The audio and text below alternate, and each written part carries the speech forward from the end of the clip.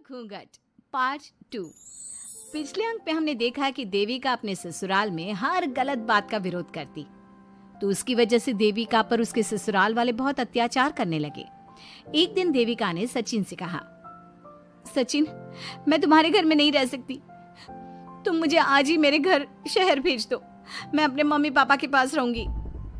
क्यों देविका, तुम शहर क्यों जाना चाहती हो? यहाँ तुम्हें किस बात की परेशानी है? किस बात की परेशानी नहीं है सचिन, तुम्हारे घर के आदमी औरतों के साथ जानवरों जैसा व्यवहार करते हैं, मैं ऐसे माहौल में नहीं रह सकती। देखो देविका, तुम्हें यहीं रहना होगा। तुम्हारी शादी मुझसे हो गई है, अब मैं तुम्हारा पति हूँ और यही तुम्हारा घर है। अच्छा, तो तुम्हें याद है कि मैं तुम्हारी पत्नी हूँ? जब तुम्हारे पिताजी और चाचा जी मुझे एक एक हफ्ते के लिए कमरे में बंद कर देते हैं, तब तुम्हें क्यों याद नहीं आता कि जो औरत कमरे में बंद है वो तुम्हारी पत्नी है? जब तुम्हारे जीजाजी और भाई मुझसे बदतमीजी से बात करते हैं, मुझे खाने के लिए कुछ नहीं देते, तब भी तुम्हें याद नहीं आता कि मैं तुम्हारी पत्नी हूँ? देखो देविका, तुम बेकार की बातें मत करो। तुम यहाँ ढंग से रहोगी, सबकी बात मानोगी, तो कोई तुम्हें कुछ नहीं कहेगा। इस तरह जानवर की तरह रहना, ढंग से रहना है तो सॉरी सचिन, मैं नहीं रह सकती, मैं आज ही अपने घर जाऊंगी। ये बोलकर देविका अपना सामान पैक कर लेती है और घर से जाने लगती है। सचिन भी उसके पीछे पीछे चलता है और उसे समझाने की कोशिश करता है। जब ये सब जोगिंदर ने देखा तो बोल पड़ा, बहू, यह सब क्या हो रहा है? कहाँ जा रही हो? सचिन, बताओ अपने पिताजी को कि कहाँ जा रही हूँ मैं। तुम्हें शर्म नहीं आती अपने पति का नाम लेते हुए? मैं अपने पति का नाम ले रही हूँ, इसमें आपको क्या परेशानी है? आपका नाम तो नहीं ले रही हूँ ना? देविका, ये किस तरह से बात कर रही हो तुम पिताजी से? जिस तरह से करनी चाहिए उस तरह से कर रही हूँ बात। इससे अच्छी तरह से मैं तुम्हारे घर के किसी भी आदमी से बात नहीं कर सकती। तीनों की बात सुनकर घर के बाकी लोग भी वहां आ जाते हैं। तभी जोगिंदर कहता है, हमारे घर की औरतें अपने मर्दों का नाम नहीं लेती। तुम्हारे शहर में होता होगा, लेकिन हमारे यहाँ पर ऐसा कुछ नहीं होता। बहू, सचिन तुम्हारा पति है, तुम उसका नाम मत लिया करो। तुम अपने पति का नाम लेने की जगह ए जी, ओ जी, सुनो जी कहा करो। पति ना परमेश्वर होता है। तो परमेश्वर का तो हम नाम लेते हैं। क्यों माँ जी, क्या आप अपने इष्ट देव का नाम नहीं लेती? माँ जी, ये सब इन पुरुषों के बनाए तौर तरीके हैं, औरतों को दबाने के लिए। ये बेशर्म लड़की ऐसा नहीं सुधरेगी। ये हमारे घर की औरतों को भड़का रही है।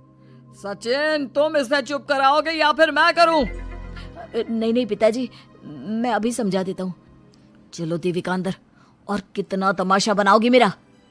सचिन, मैं अंदर नहीं बाहर जाऊंगी, अब मैं यहाँ नहीं रह सकती। देविका की बात सुनकर महेंद्र कहता है, भाई साहब, ये लड़की इस घर से और गांव से बाहर ना जानी चाहिए, नहीं तो हमारे घर और गांव की औरतें भी ऐसी ही हरकतें करेंगी, वो भी मर्दों के खिलाफ बगावत करेंगी। और मैं भी देखती हूँ कि मुझे घर से बाहर जाने से कौन रोकता है। बहू, इनसे बहस करने का कोई फायदा नहीं, तुम अंदर चलो। इस गांव के मर्दों के अंदर बहुत अहंकार भरा हुआ है।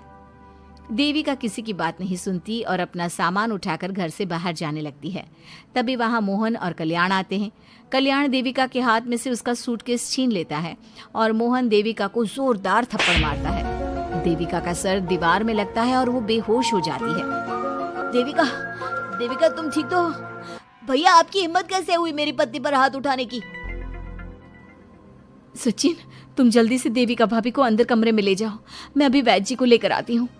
वीना जल्दी से वैद्य जी को लेकर आती है। वैद्य जी थोड़ी देर तक देविका की जांच करते हैं और कहते हैं, मुबारक हो आप सबको, आपकी बहू माँ बनने वाली है। अभी तो मैं आपको दवाई दे देता हूँ, लेकिन आगे इनके इलाज के लिए आपको दाई अम्मा को बुलाना होगा। ये बात सुनकर घर के सभी लोग खुश होते हैं। देविका को जब होश आता है, उसे ये बात पता चलती है तो वो बहुत खुश होती है। वो सबसे कहती है, मैं अपने बच्चे को यहाँ नहीं रख सकती। क्यों बहू, क्या हुआ? अब तुम ये सब बातें मत सोचो, तुम्हें आराम करना चाहिए। नहीं माँ जी, आप नहीं समझ रही।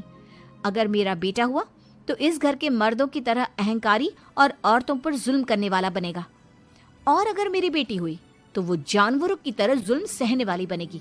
और दोनों ही अनपढ़ रहेंगी।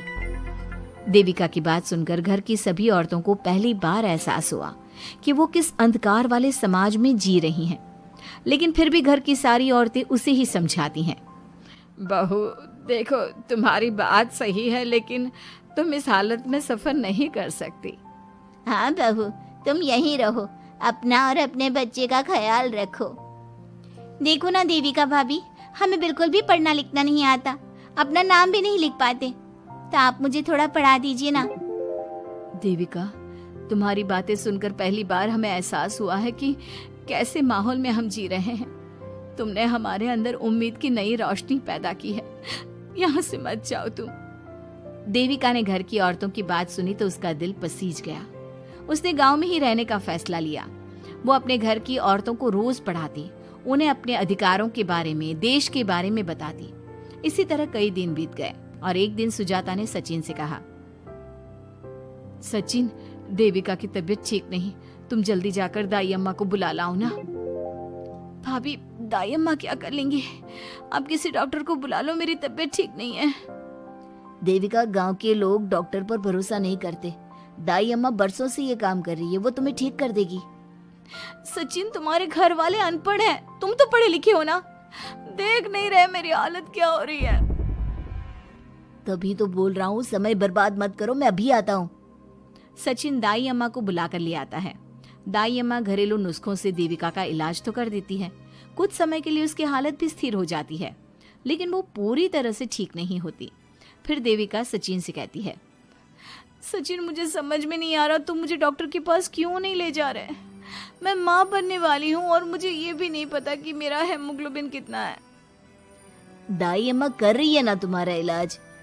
लेकिन दाई अम्मा को कुछ समझ में ही नहीं आ रहा कि मेरे साथ क्या हो रहा है। अगर देखो तुम मुझे नहीं लेकर गए ना तो मैं खुद ही चली जाऊंगी।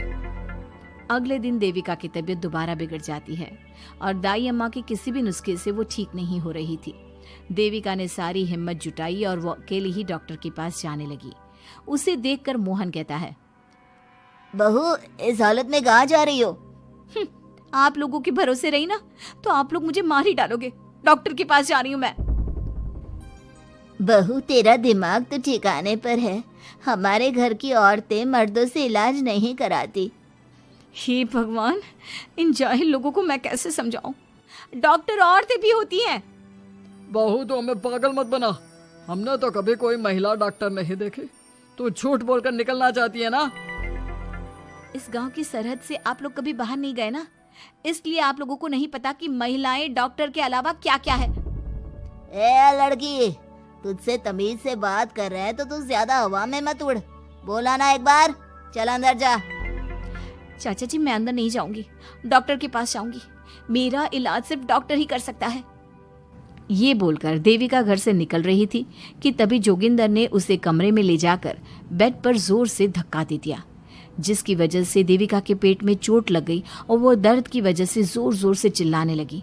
ये देखकर घर की सारी औरतें देविका को संभालने लगी। देविका, हिम्मत रखो, सब ठीक हो जाएगा। देविका भाभी, आप ठीक हो ना? माँ, कुछ करिए ना, भाभी की तबीयत बहुत खराब हो रही है। लेकिन मैं क्या कर सकती हूँ? भाभी, कुछ तो करो, कहीं बहू को कुछ हो ना जाए। उधर जोगिंदर मेन गेट पर बड़ा सा ताला लगा देता है और कहता है,